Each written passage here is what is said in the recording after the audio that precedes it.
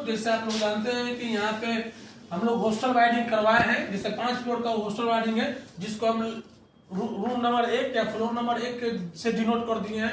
उसमें जैसे 5 फ्लोर में, तो 5 फ्लोर का मैंने इसमें बॉल को बांट दिया है।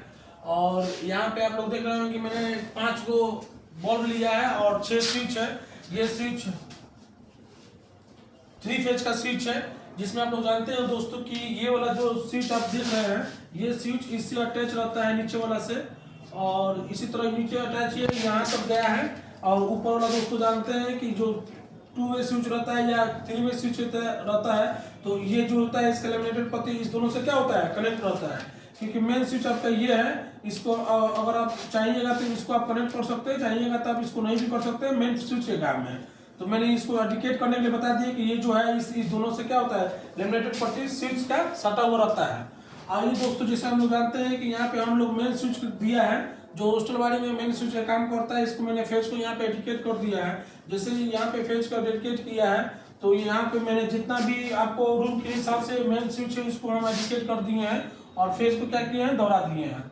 आइए लैंप को क्या किए हैं कि यहाँ पे 5 को रूम का लैंप या 5 फ्लोर का रूम डिनोट कर दिए हैं, और न्यूट्रल को क्या किए हैं, डायरेक्ट हम लोग कर दिए हैं। एक वो जो होता है लैंप का एक से कनेक्ट किए हैं, दूसरा का लैंप को दूसरा से कनेक्ट किए हैं, तीसरा को तीसरा से, चौथा को इसी तरह न्यूट्रल में लगाए हैं, यानी कि 5 नंबर हो गया। फेज को क्या किए हैं, यहाँ से एक फेज निकाले हैं, और यहाँ से देखिएगा दोस्तों कि एक स्विच में दिए 3 फेज स्विच में, फिर यहाँ से दुरवाए हैं फेज, दूसरा वाला सिरा में गया है, ये तीसरा रूम का है तो ये तीसरा वाला में गया है, और चौथा का फेज है वो चौथा वाला स्विच में गया है, 5 वाला रूम का ही 5 सिरा में गया है। जैसे दोस्तों आप लोग जानते हैं कि यहाँ को हम लोग मेन स्विच बोले हैं। हॉस्टल वाली में क्या होता है, जो काउंटर बैठता है उसका मेन स्विच यहाँ पे रहता है। बाई रूम क्या करता है, स्विच और बॉल को इंडिकेट कर दिया जाता है। जैसे आप लोग जानते हैं कि जहाँ पे बोर्ड का मेन स्विच जो होता है, जिसमें फैन या बॉल को लगाते हैं, उसमें क्या करता है, मेन सप्लाई दिया जाता है।